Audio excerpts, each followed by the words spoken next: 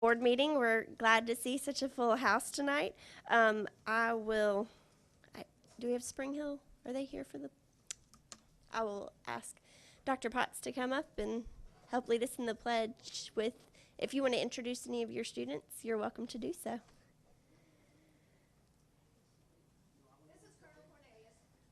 Hi there. Part of our JROTC. I'm the senior Army instructor for the Army JROTC. I got the captain.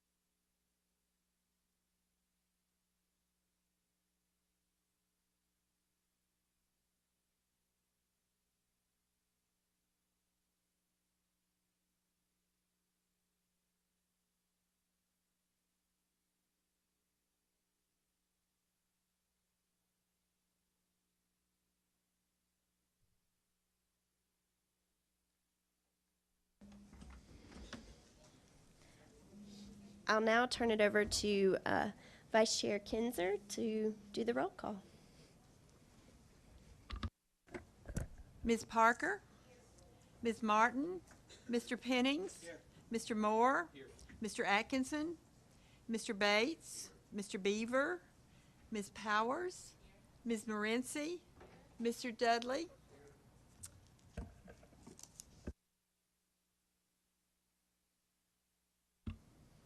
Do you want to know who's absent? That's okay. Okay. I think we have a few. I know Mr. Beaver was going to be out of town, and then Miss Martin has. I think Holyoke's said that. graduation's tonight, so. He's actually out of town though. Okay, I thought it was weird. But Miss Martin is stuck in traffic, so She'll probably be here. she will probably be here later, and hopefully Mr. Atkinson can make it as well. Everyone should have in front of them a reminder of our mission. The next item would be to adopt our agenda. Are there any additions or changes to that agenda?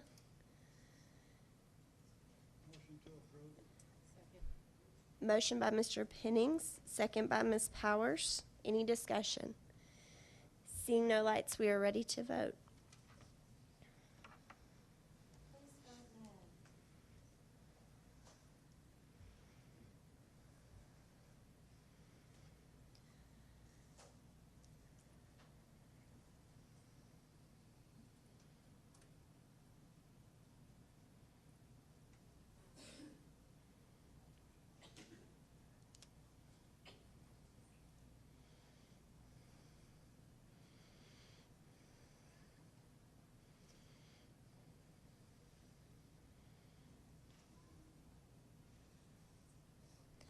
That motion did pass. We'll now move on to recognition and announcements. Looks like first up is Randy from Train. See him though?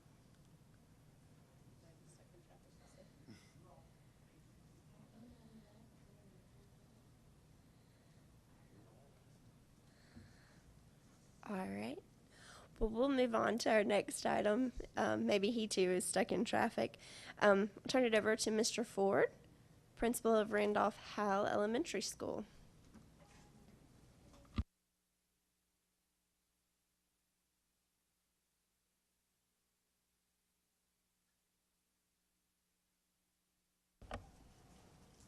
Is that the right button? Cool.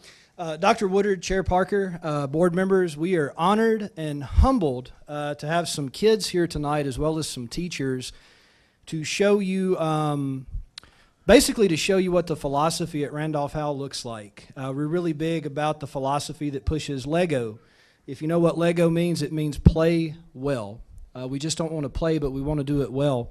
Here with me tonight, I'm going to introduce the teachers, and I'll let the teachers introduce the students. We've got Miss Jessica Vasquez, Miss Sarah Harris, Miss Tammy Cruz, Miss Paige Luna, Miss Megan Pavlik, Miss Jessica Crane, Miss Wendy Boshears, Miss Mary Grossheim. In the audience, also receiving tenure tonight, Miss Summer Hoth and Miss Marcia Morse. I think that's it. So, Miss V, you want to introduce the kids? And I hope you guys are ready to do some work because we're going to show you what Jurassic Park looked like this past week.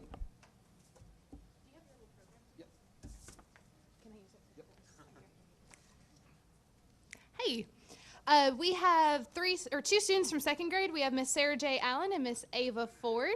We have 3 students from third grade. We have Shelby Park, Alfred Harrison, and Shelby Jackson. And then from fourth grade, we have Braxton McDonald and James Jamison. They're going to be leading some activities tonight. Anything else? Okay. So, Ava. So in this booklet that we have, that we'll be passing out, has like what standards we used to do in our paleontology week, and our names and what grade we are in. And it has the instructions for what we're gonna do, and it has some pictures of what we've done. So we're gonna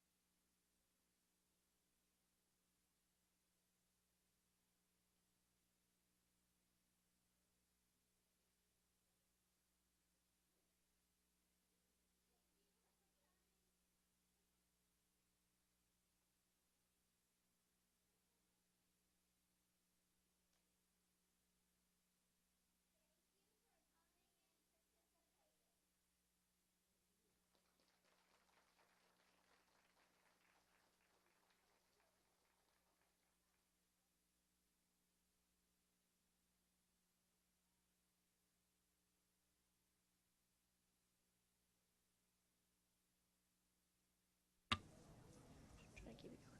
So, Keep it going. Thank you, Mr. Howell. Thank you to your teachers, and thank you to the students for coming and taking us to Jurassic Park.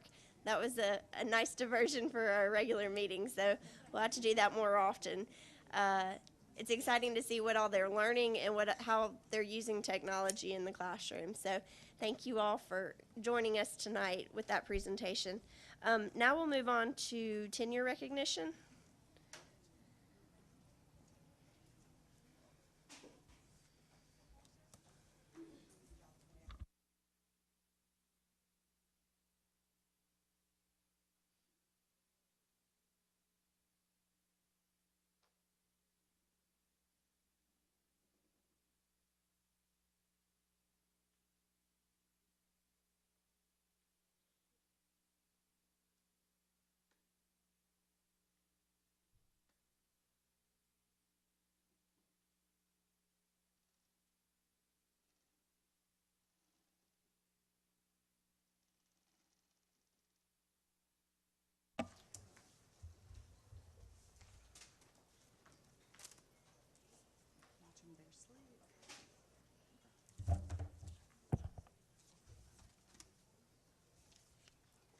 Tonight, we get the honor to recognize two very important groups of employees, those who have accomplished a milestone in their career and those who have an accomplished career. In order to gain tenure, you now not only have to have the time, but you also have to prove yourself an exceptional teacher by being a level 4 or 5. They've worked hard for this accomplishment, and we, also with the board, want to say not only thank you, but congratulations. You've dedicated yourself to many students in Murray County, and tonight that hard work is paid off. When I call your name, if you'll come to the front. From Baker Elementary, Sandra Wilson Martin. From Central High School, Daniel Binkley. Jennifer Creech.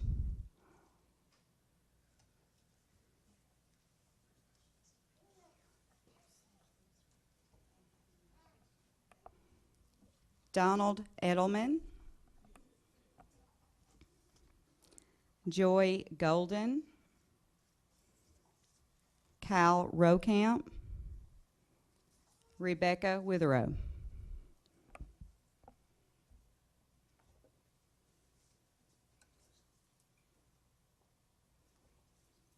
From E.A. Cox Middle School, Jason Fight.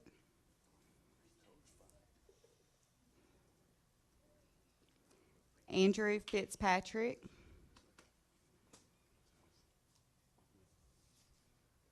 Amanda Gregory.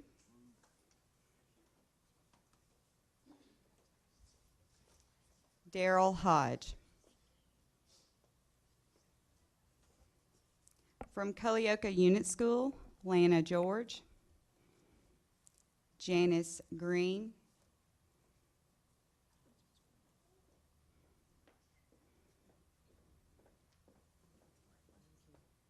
Rebecca Hendricks. Amanda Risen. From Hampshire Unit School, Alana Calvett.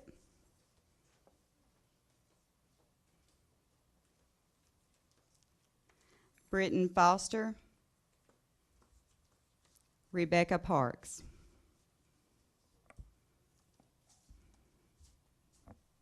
Brown Elementary School, Jennifer Anderson. Vanessa Fernier.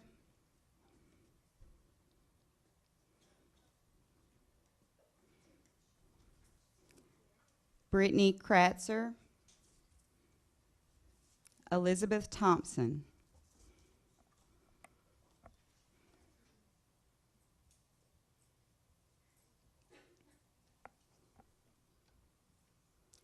From Woodard Elementary, Carrie De La Bru. Whitney Hughes.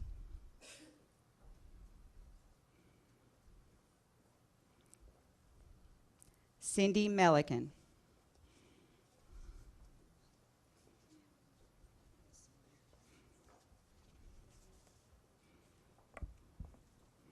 From McDowell Elementary, Jason Hull. Mount Pleasant Elementary, Audrey Brown. Leslie Hunt.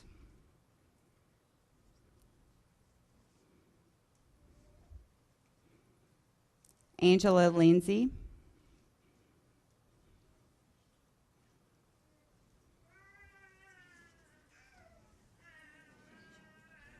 Mount Pleasant High School, Krista Pilkington.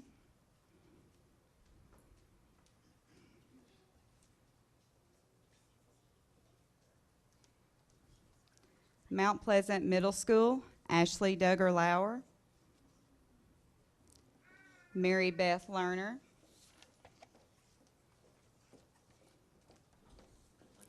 Alice Pope.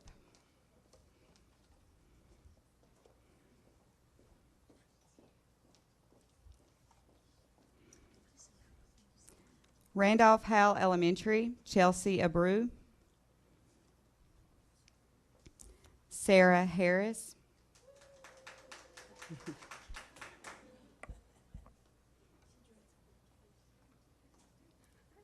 Summer Hoth.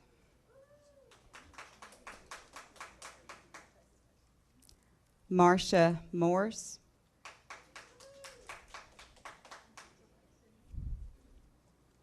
Constance Washington. Carrie Williams. From Riverside Elementary, Beverly Richardson. Santa Fe Unit School, Lindsay Hargrove. Spring Hill Elementary School, Natalie Couch Macer.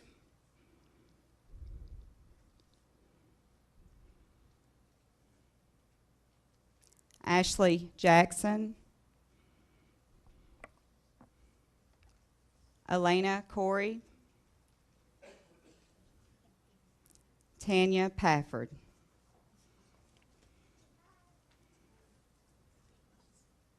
Spring Hill High School, Justin Glenn. Jody Grenade. Spring Hill Middle School, Mary Owen Holmes. Jean Pollard. Amy Varga.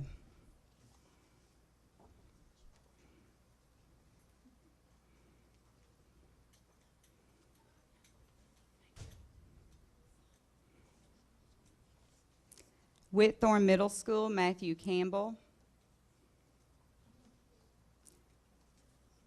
Cord Martin. Julie Wooliver. Again, congratulations on this milestone and accomplishment.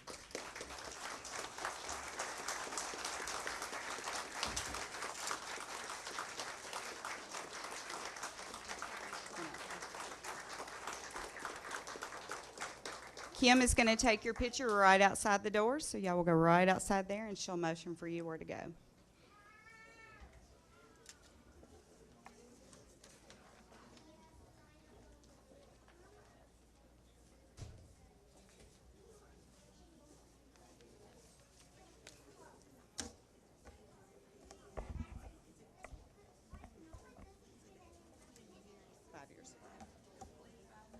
Mhm, 5 years and then a 4 or 5 for 2 consecutive years. She may have been a 3. So you have to be a 4 or 5 for 2 consecutive years. So that's why.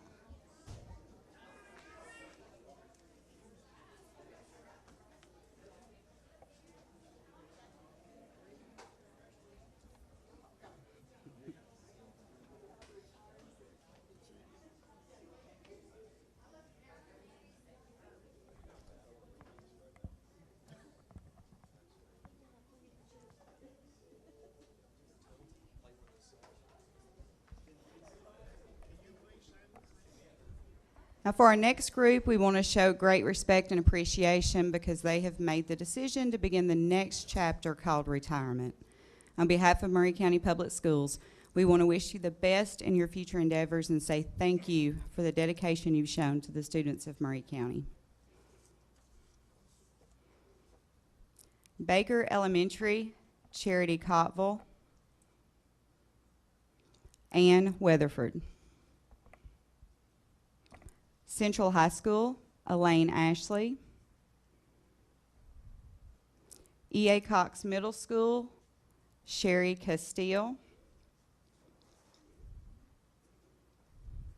Jerry Jefferson. Linda King. Garth Pinkston.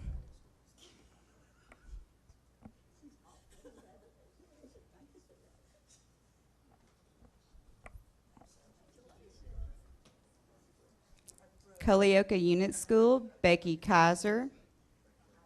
Larry Walker.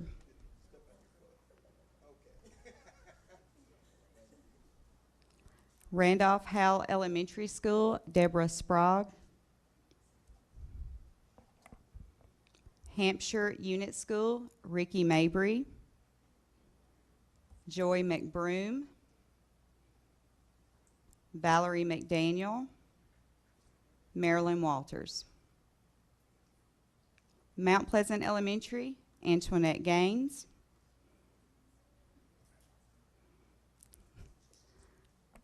Michael Lowe. George Swin. Kimberly Smith.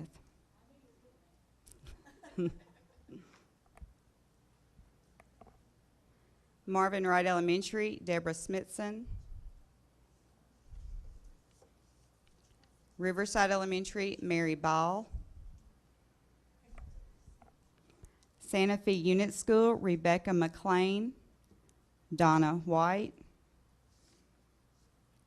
Spring Hill Elementary, Susan Nelson.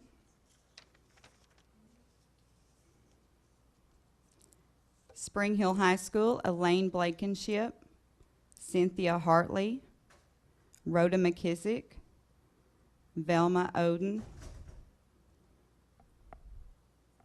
From the Transportation Department, Mary Scott, Ronald Stone, Gwen Yancey.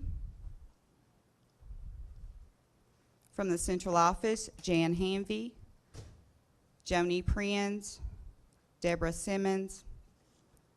And finally, from the Technology Department, Kenny Morrow. Those are the retirees for the 17-18 school year.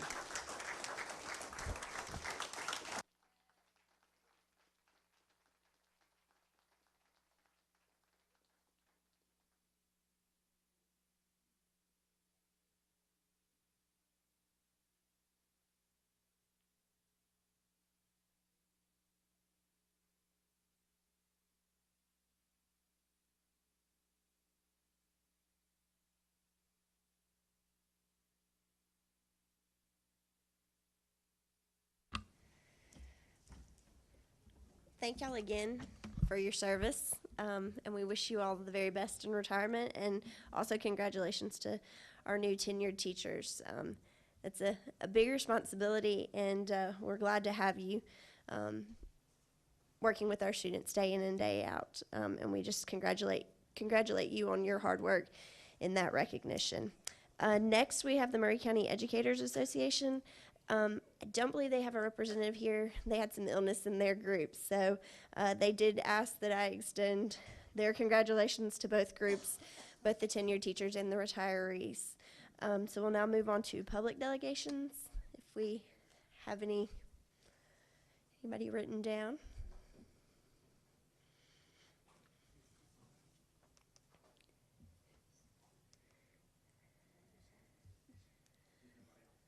All right, nobody on. Staff reporting, I don't believe we have anything listed there. So we'll move on to consent items. Anything anybody would want to pull from the consent agenda?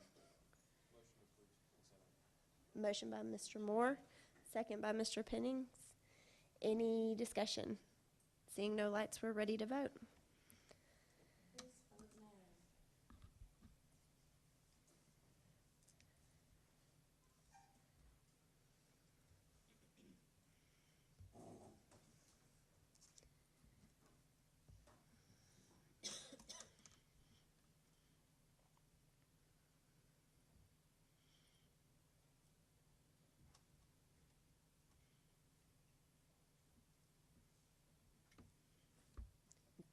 That motion did pass. We'll now move on to new business. The first item is under instruction, the TN Ready recommendation. We discussed that at the work session. Would anybody like to take action based on that recommendation from staff? I move we accept the recommendation.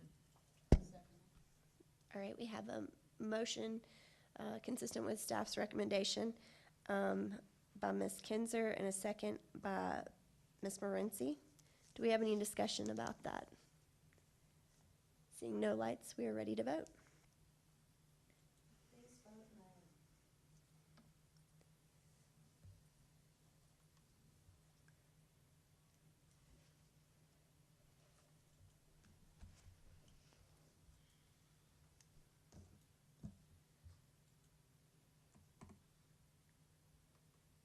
All right, that motion also passed. We'll move on to the digital learning programs. Ms. Kinzer. We discussed this at the work session, and I know that we need to make a decision at some point about this, but we're talking about $1.5 million for all of these, and we haven't even really gotten into our budget process as to, you know, that particular item is pretty expensive, and I would rather continue budget discussions before we make a decision on this. All right. Anyone else have any comments? Ms. Morency? I think it would be helpful, at least to me, if we had a list in the order that, with a recommendation from staff, and in order that they would recommend that we finance these. Does that Can make that be done? sense? Yes, thank you.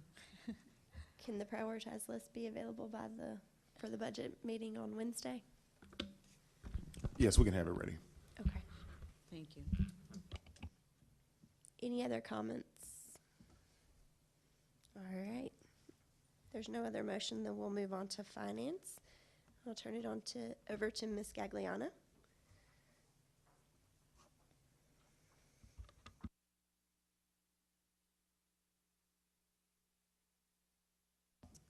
Okay, we've got the financial reports in the budget, if anybody has any questions about anything. Kind of just moving along each month and moving from estimates to actuals. So we're pretty much on track. This month is pretty much a wash. Any questions for Ms. Gagliano? I think we can move on to. I think the next budget amendment is probably something Mr. Carver would address if you had any questions. Okay. Does anyone have any questions about the budget amendment Mr. Carver submitted regarding the second wave for the diploma program?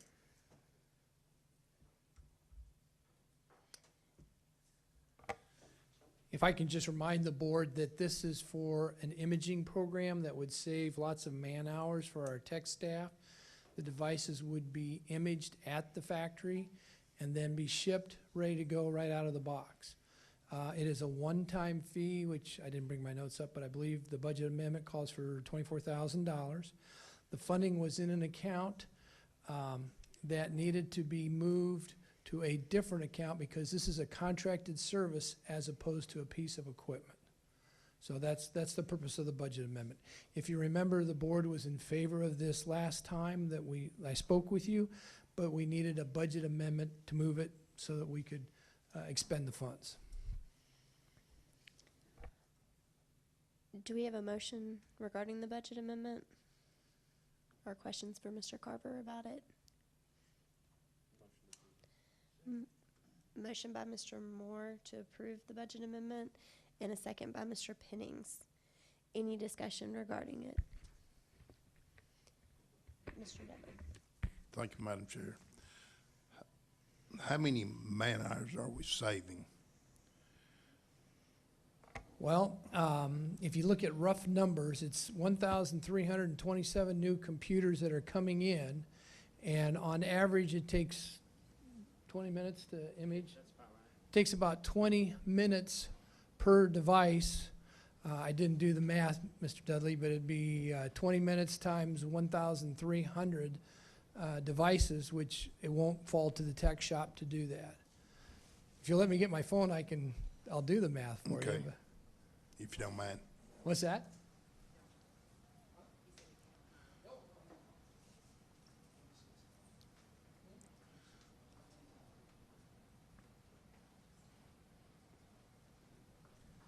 I'm being coached by the audience. They were telling me it was $26,000, but I'll do it myself here. Hours, excuse me. 26,000 hours Okay. would be saved.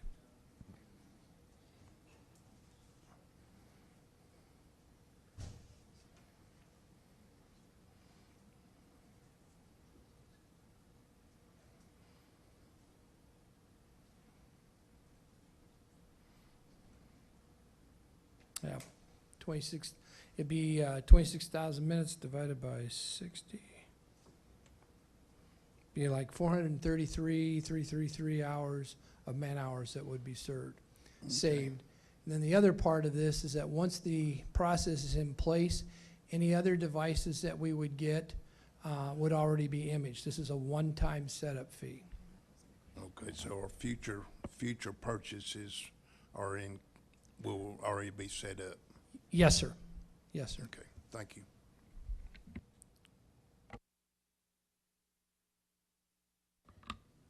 Seeing no other lights, I believe we're ready to vote.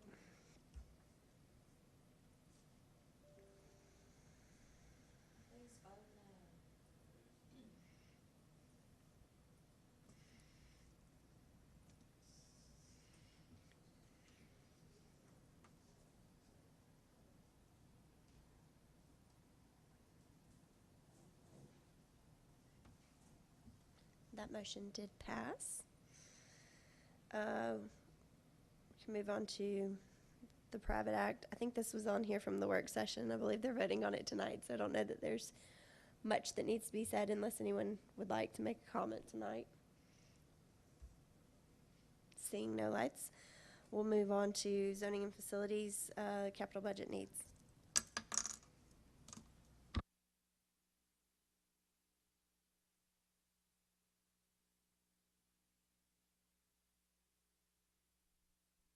Do you want to speak to this? Thank you, Madam Chairman. I guess we have continued to put this on. Originally, we had been asked to bring this to the March work session. It kind of got deferred till the April work session, then got deferred to the May work session.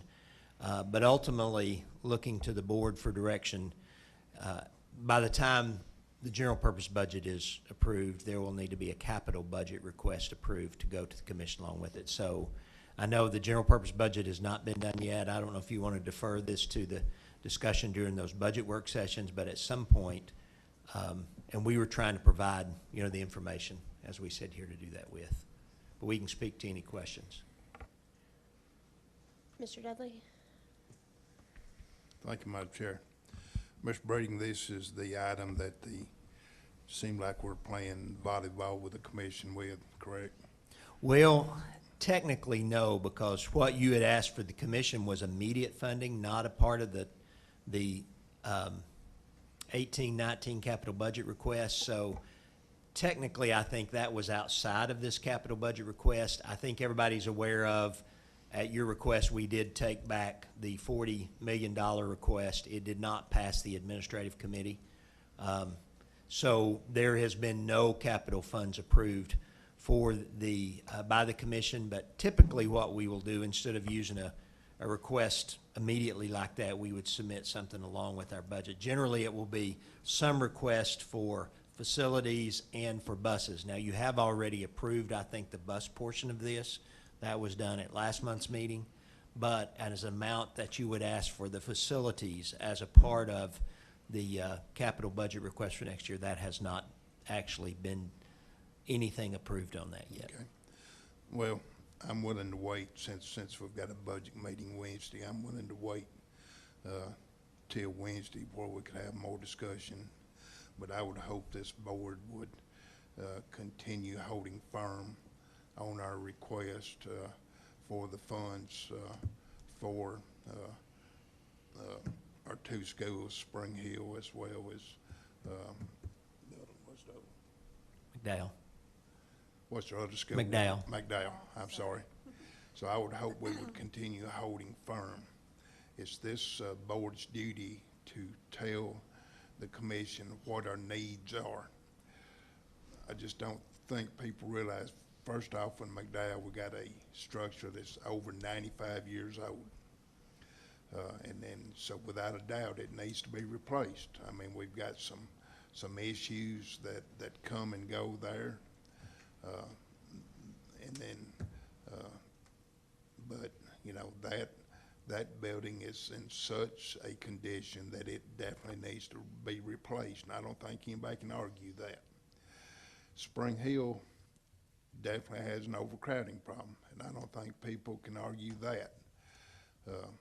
If people would come to Spring Hill and just drive around and look at the growth that is continuing there.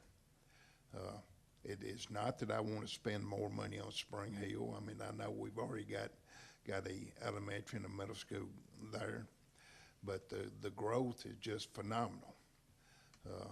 You know, every day from the view of my house, there's just more and more houses being constructed, and more homes are being approved by the Spring Hill Planning Commission and Board of Mayor and Alderman.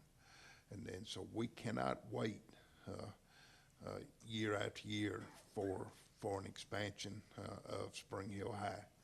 And then, so I just hope people would think about that, and I hope Wednesday night we'll keep those two requests on our plans as far as our budget request.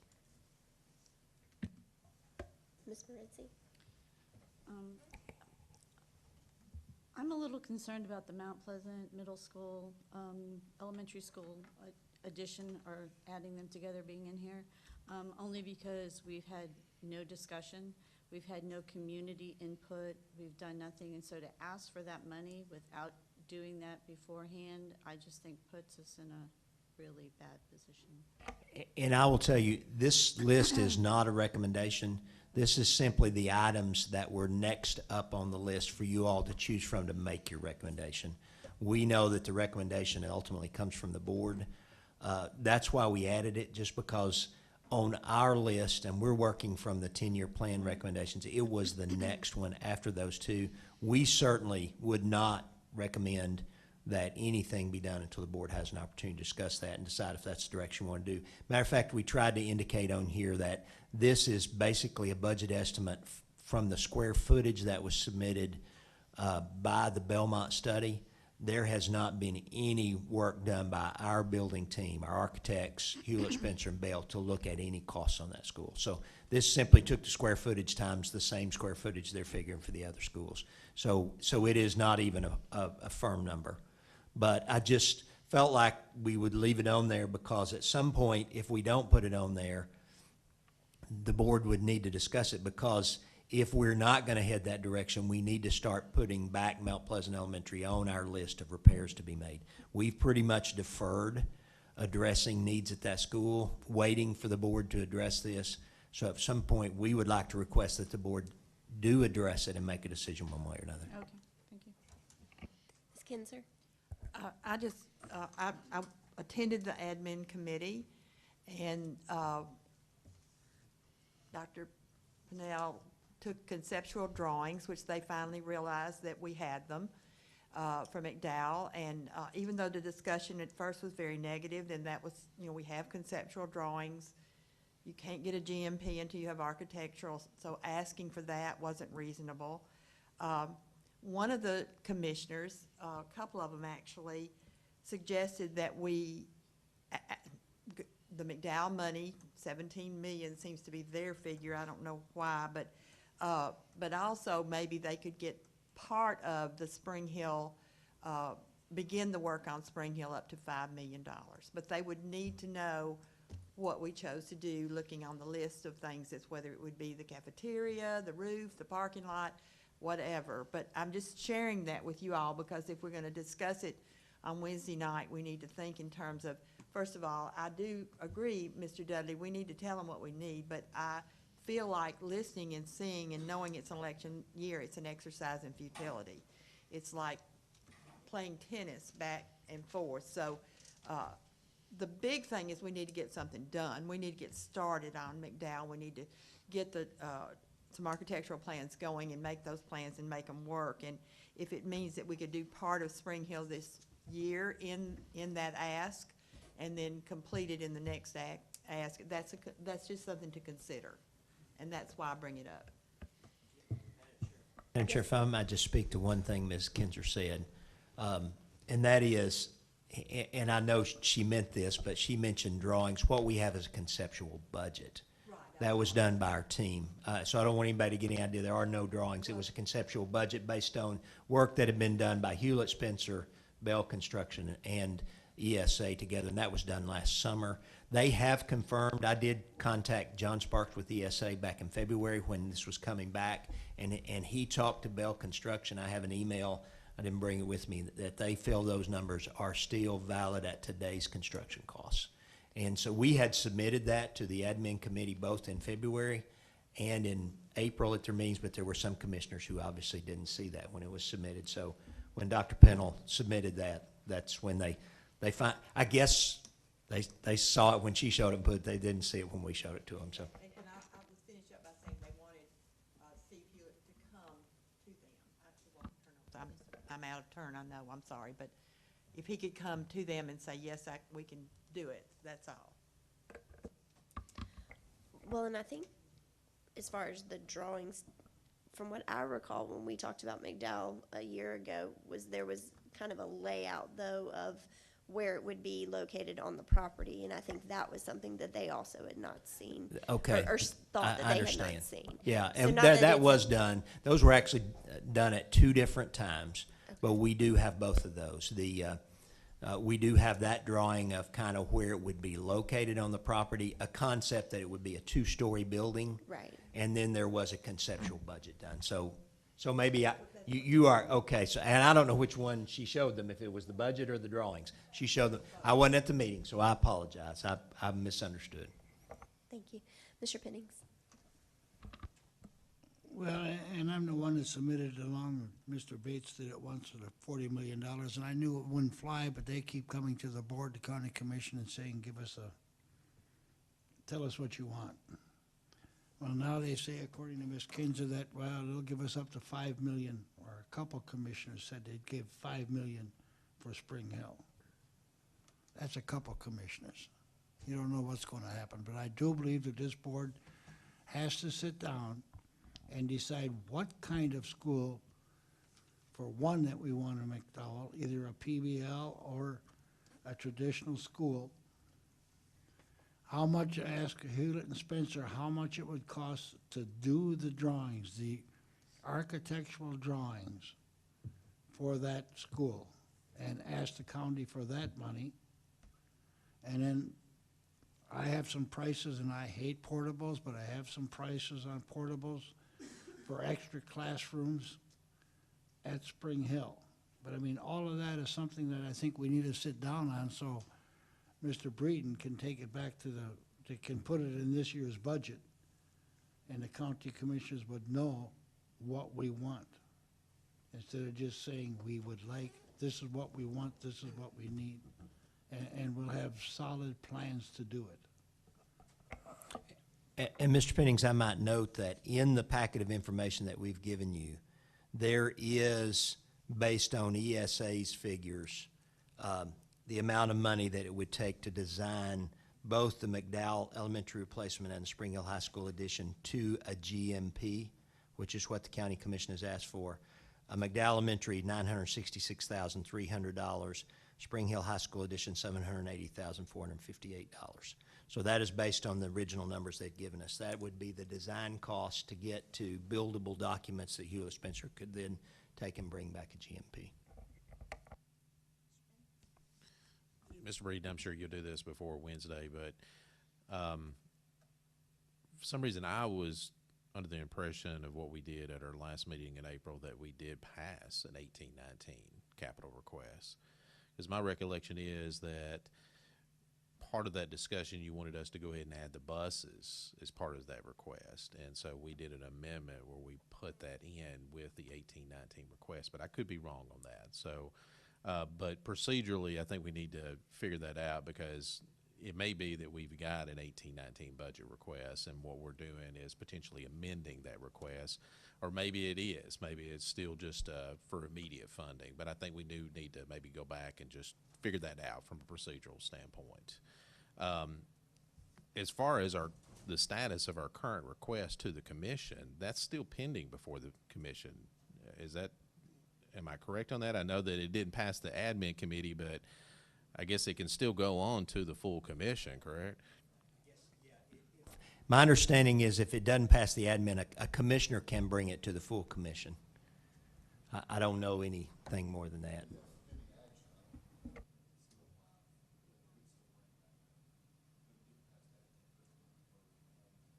Okay.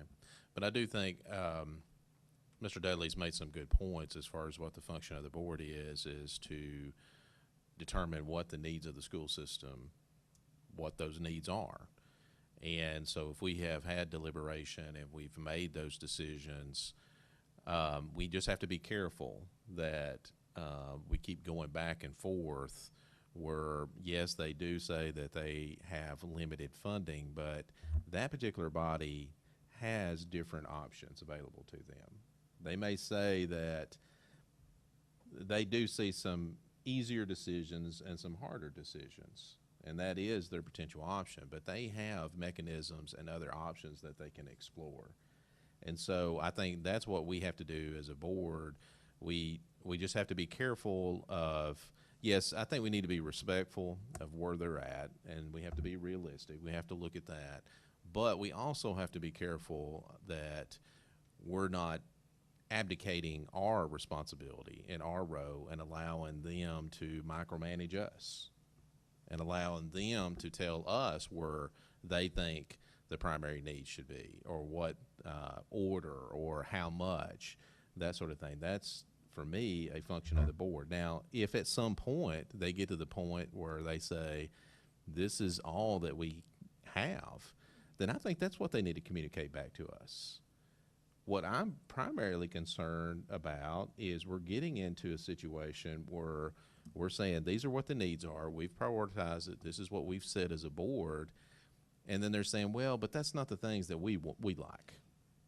We want you to change it around and make it the way that we like it. And that's where the funding will, the rain will come at that point. But I don't know, we just have to be careful as a board standpoint that we are dealing with this more on a regular basis, where we're going in.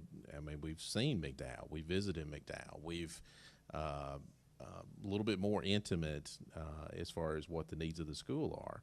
And so I just think that we just need to be cautious in how we proceed from here. If we have submitted a request to the county for funding, yes, we need feedback back from them, but we just have to be careful that it's not picking and choosing feedback. Okay.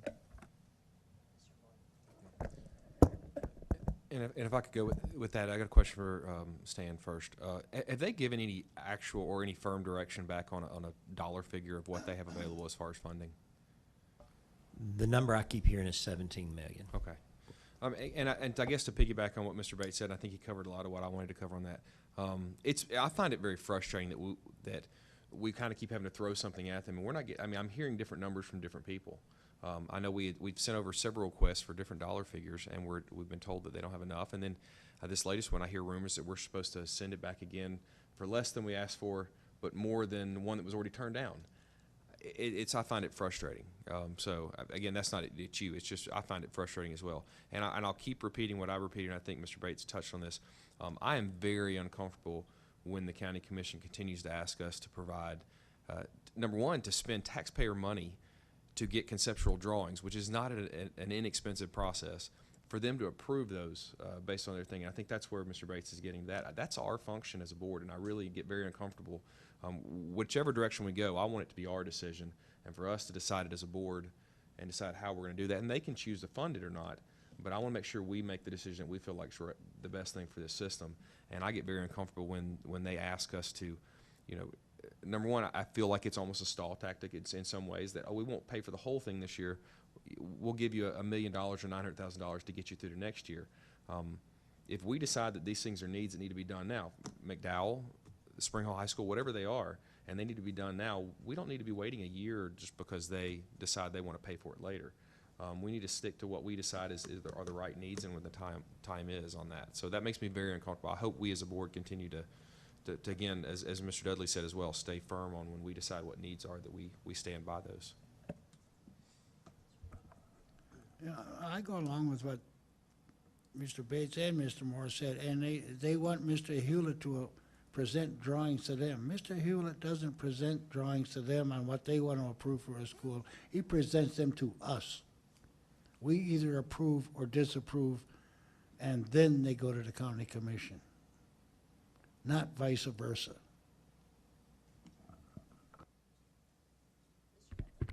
Thank you, Madam Chair. Well, from what I've heard my fellow board members say, it sounds like we still got some of the commission members that are wanting to dictate how we spend the money.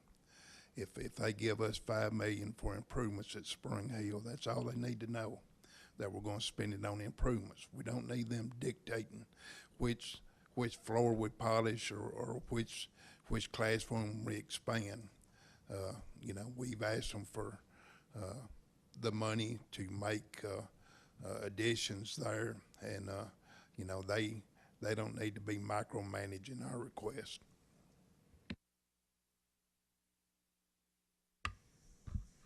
All right, it looks like we'll take this up on Wednesday. Thank you, Mr. Breeden. Next one I think is yours too, which wasn't on the work session, so you may want to speak to it. Yes, ma'am, and this is our annual measurement and verification program with Train, which is budgeted every year as a part of our energy improvement program. This is where they, you know, monitor all of our energy uses, give us a monthly report, and we just failed to put it on the work session agenda. I apologize. It does need to be PO issued for them this month, so we're asking for you to approve it. It is 40, I've got it laying right here. You all have got it, probably can get to it quicker than me, $46,945, and the money is in our general purpose budget. All right. Do we have a motion? Motion consistent with the recommendation of staff, is that correct, Mr. Pennings? All right, we have a motion by Mr. Pennings, second by Mr. Dudley. Any discussion on that motion? Seeing no lights, we are ready to vote. And Madam Chairman, as I told you earlier, I'm going to the county commission Yes, sir. meetings. Thank you.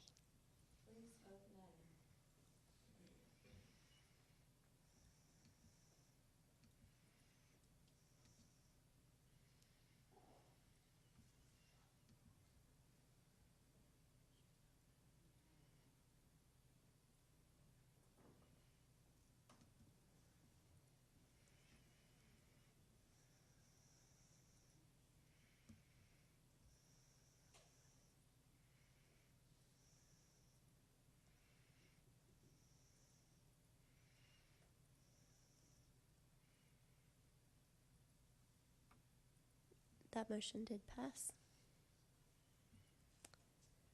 We'll move on to other business, to policies. Under policies, there is an attachment for the TSBA policy contract. We had started this process, I believe, last year, where we started using them to host our policy manual, and they have provided us with a contract. The amount for the service is $4,000 a month, but they're asking for a 3-year contract. It's under policies. Yeah, you said 4,000 a month, it's 4,000. I'm sorry, 4,000 a year. Yes. Sorry. Oh, we're good. We're good. Aren't we, Mr. Schuyler? $4,000 a year, so collectively it would be a $12,000 contract. I just wanted to make sure that everyone was pleased with the policy manual service before executing that particular contract. You have a motion to approve that contract?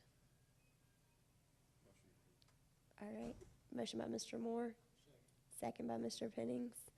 Any discussion of that? Seeing no lights, we're ready to vote.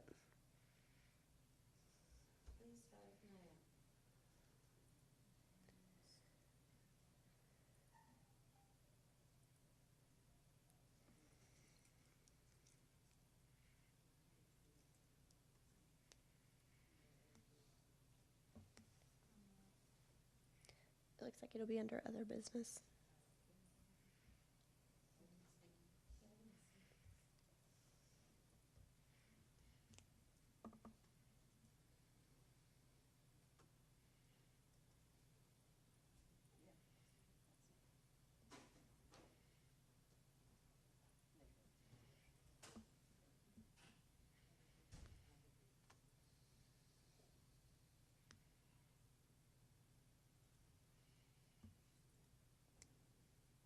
All right, that motion does pass. So we will move on to policies to be posted the required amount of time. And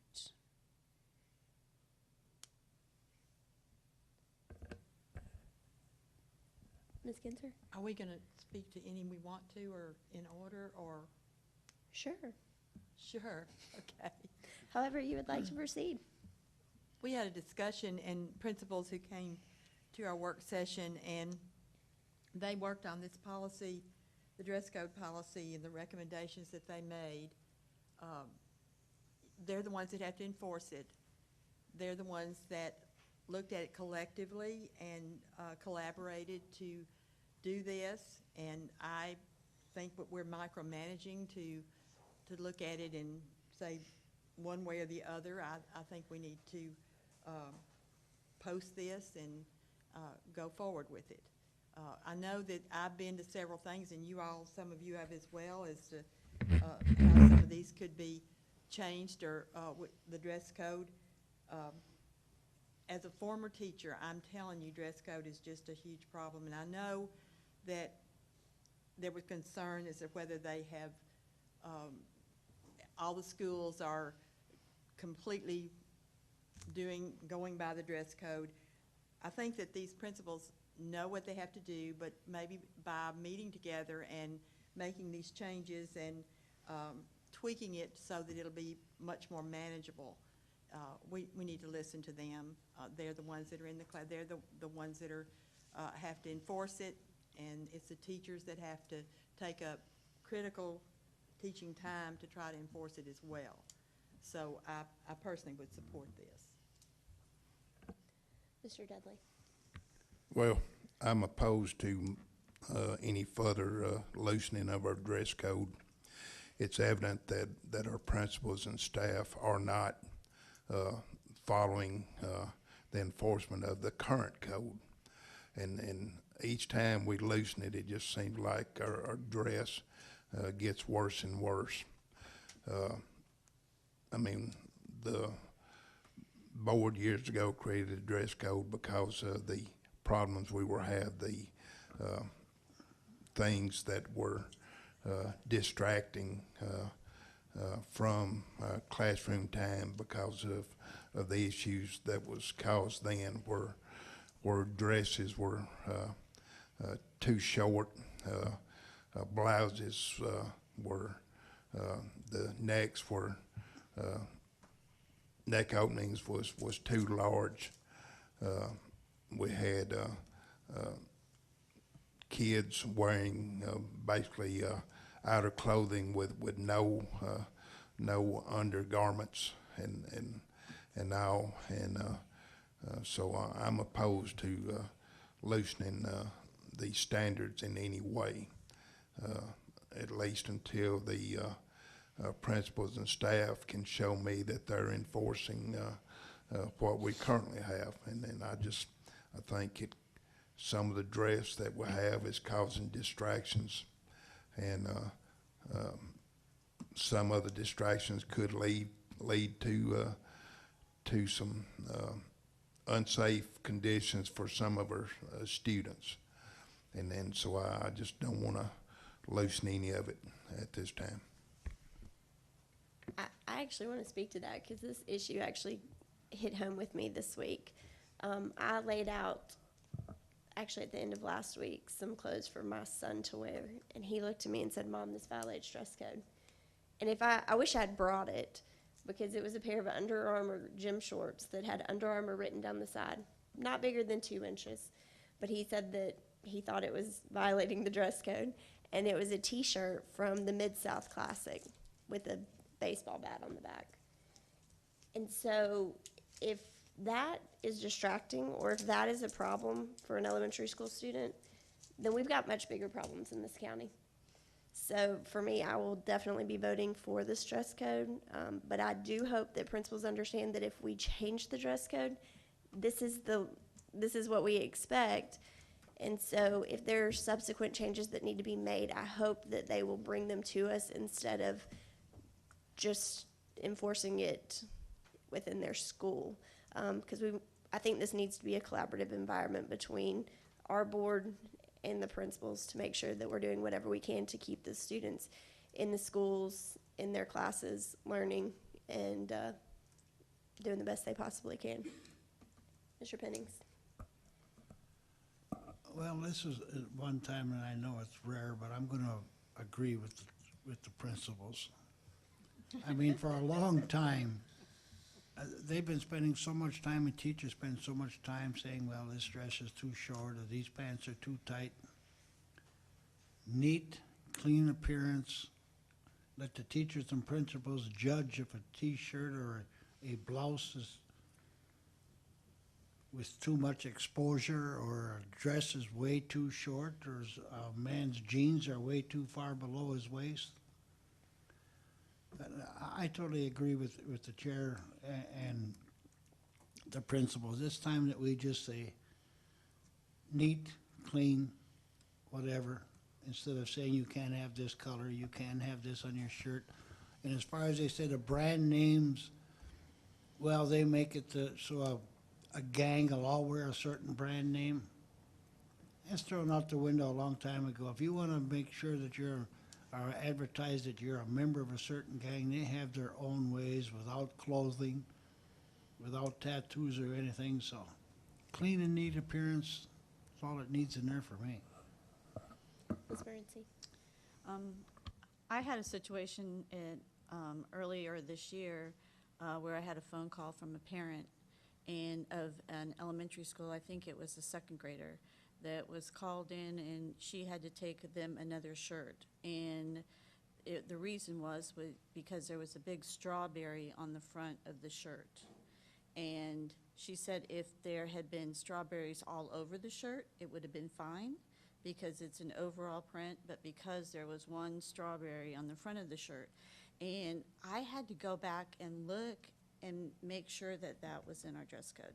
So I'm going to be voting for these changes. I'm going to back the principals on this and vote for the changes.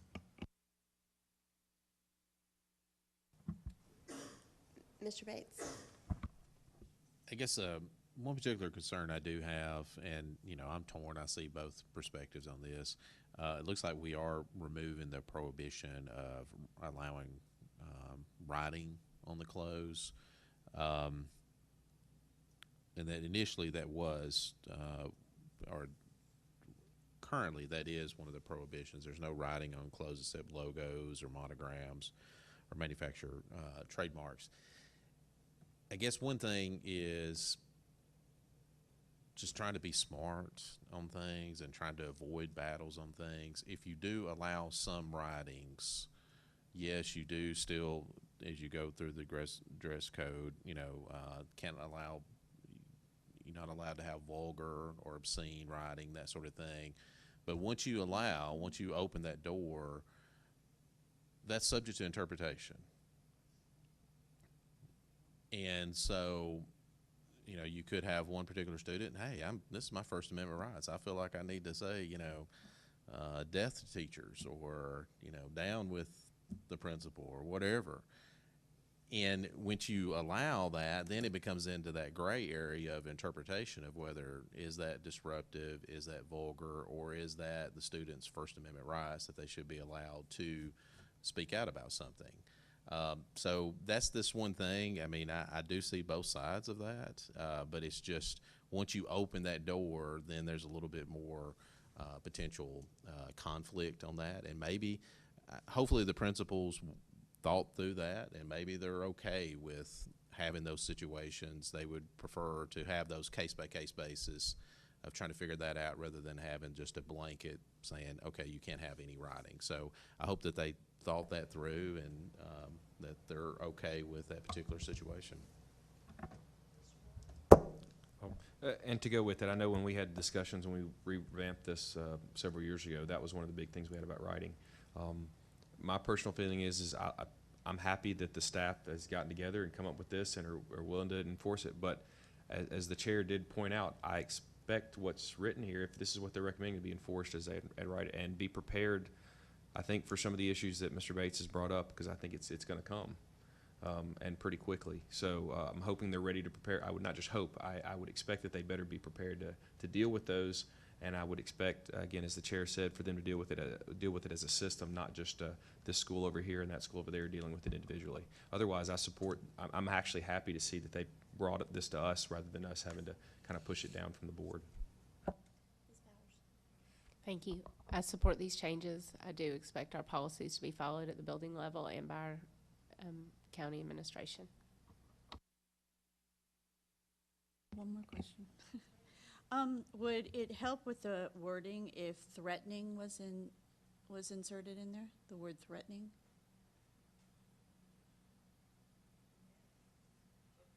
I'm talking to, anybody that where it says any wording suggestive, obscene, offensive, or threatening? I mean, they could add another layer. I think one thing, there's a pretty catch-all. Anything that would be disruptive would probably catch a lot of those things. Okay. But it is, when you start getting into those terms, it starts becoming those question marks. Right. Okay.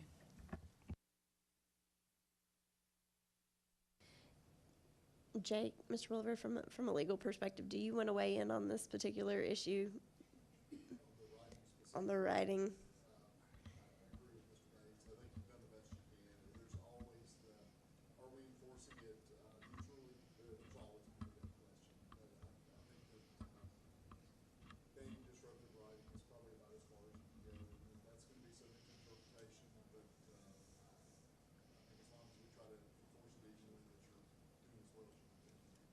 All right. Any other questions from board members? Seeing no lights, we are ready to vote. And this would be on the dress code that's under 9.1.2. Did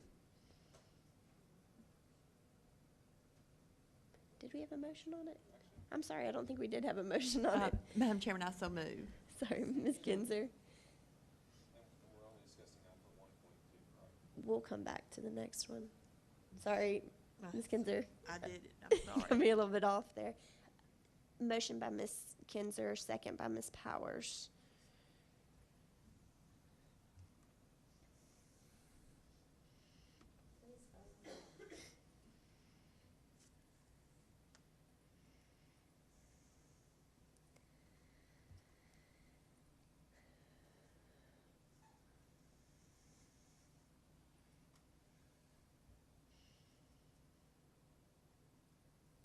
All right, that motion did pass, so we will have a new dress code.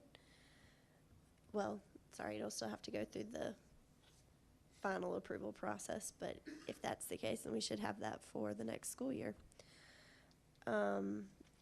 Next, we'll move up to some changes that had been proposed to the Code of Behavior and Discipline Policy.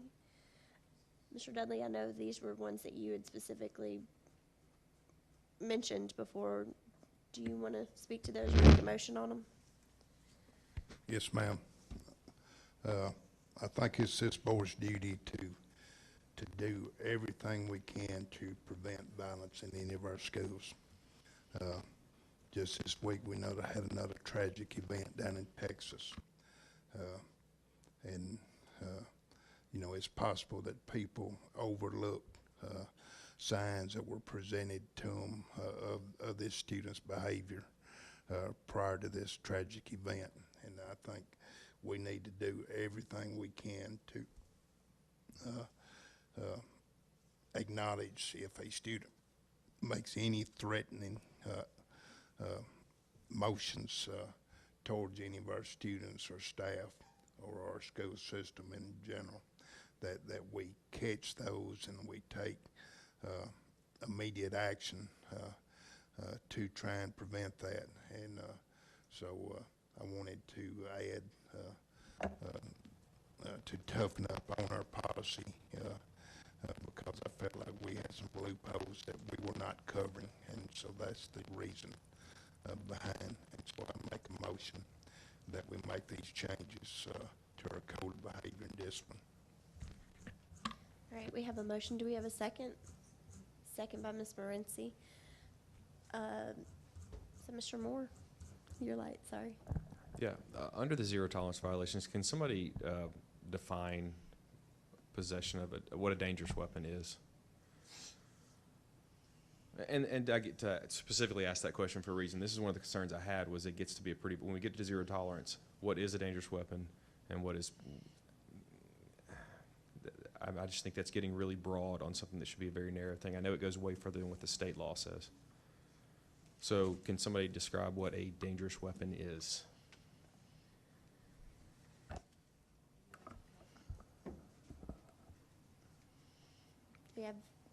Can staff answer that? I will just, as a layman, I would say a dangerous weapon is anything you have in your possession that you threaten bodily harm. I mean, if I have a rock in my hand and I threaten to bash your head in with it, at that time, that rock is a deadly weapon. If I have a rolling pin and say I'm going to beat you over the head with it, at that time, that rolling pin becomes a lethal weapon. That's the way, as a layman, I see what's a lethal. I think Dr. Woodard can speak to this. Thank you, Chair Parker. Under the Student Code of Conduct, under weapons and dangerous instruments, it reads as follows: a student shall not possess, handle, or transmit any of the following items: a knife, regardless of blade length, a razor, ice pick, explosive, sword, machete, chains, pellet gun, mace, brass knuckles, pepper spray, or other objects that can be considered a weapon on school grounds or during a school activity, function, or event off school grounds, or while under school supervision. Possession or use of any type of firearm, look-alike, or any other dangerous weapon look-alikes as defined in Tennessee Code Annotated 39-4901. That will be weapons and dangerous instruments.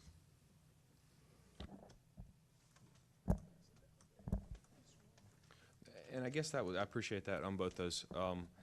That's where I start to get kind of confused on where that goes.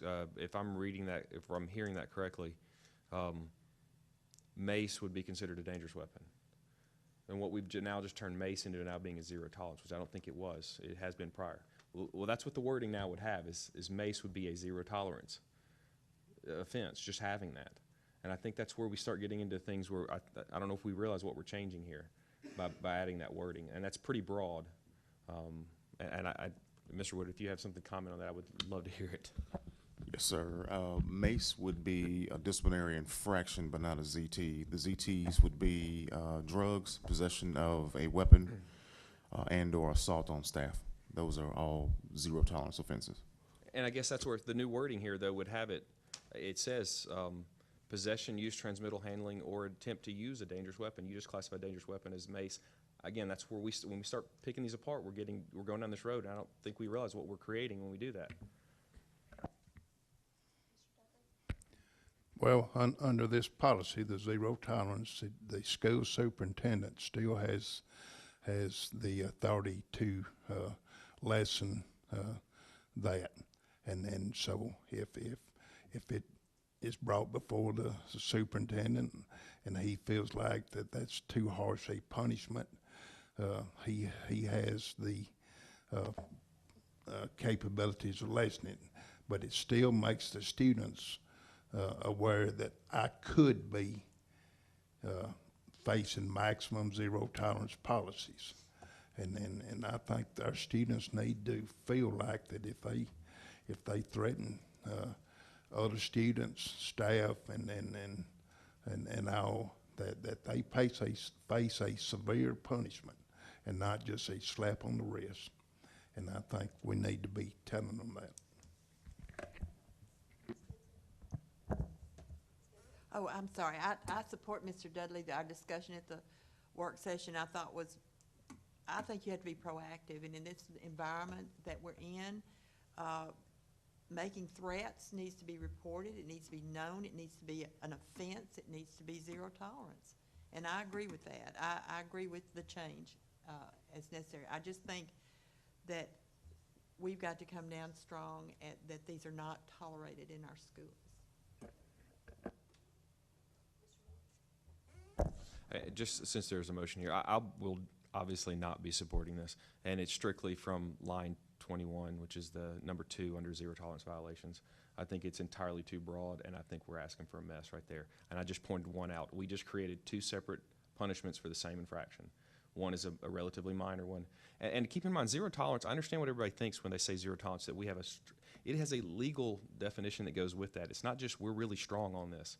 This is a legal definition, and I know that it does give the superintendent the ability to modify the punishment. It does not give the superintendent the ability to modify the fact that we've got to notify the authorities on these things. There's other steps that are involved in this. It also means that it's more than likely going to stay on that student's record, even if they're not punished fully on it. And it could be something as minor as that mace or something else, or maybe just pepper spray, which is, I don't even know if they have mace anymore, but the pepper spray, just, again, the rest of this, the transmittal of threat by electronic device, I think is an excellent addition. I think was one of the things we had talked about before. I think that needs to be in there. It wasn't covered appropriately. But line 21, the possession, use, and transmittal, it's entirely too broad, and I think we're creating a mess with the rest of our 6.300.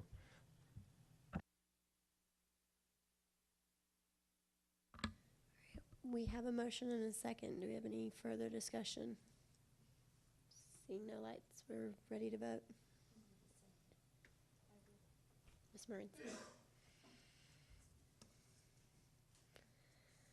Please vote no.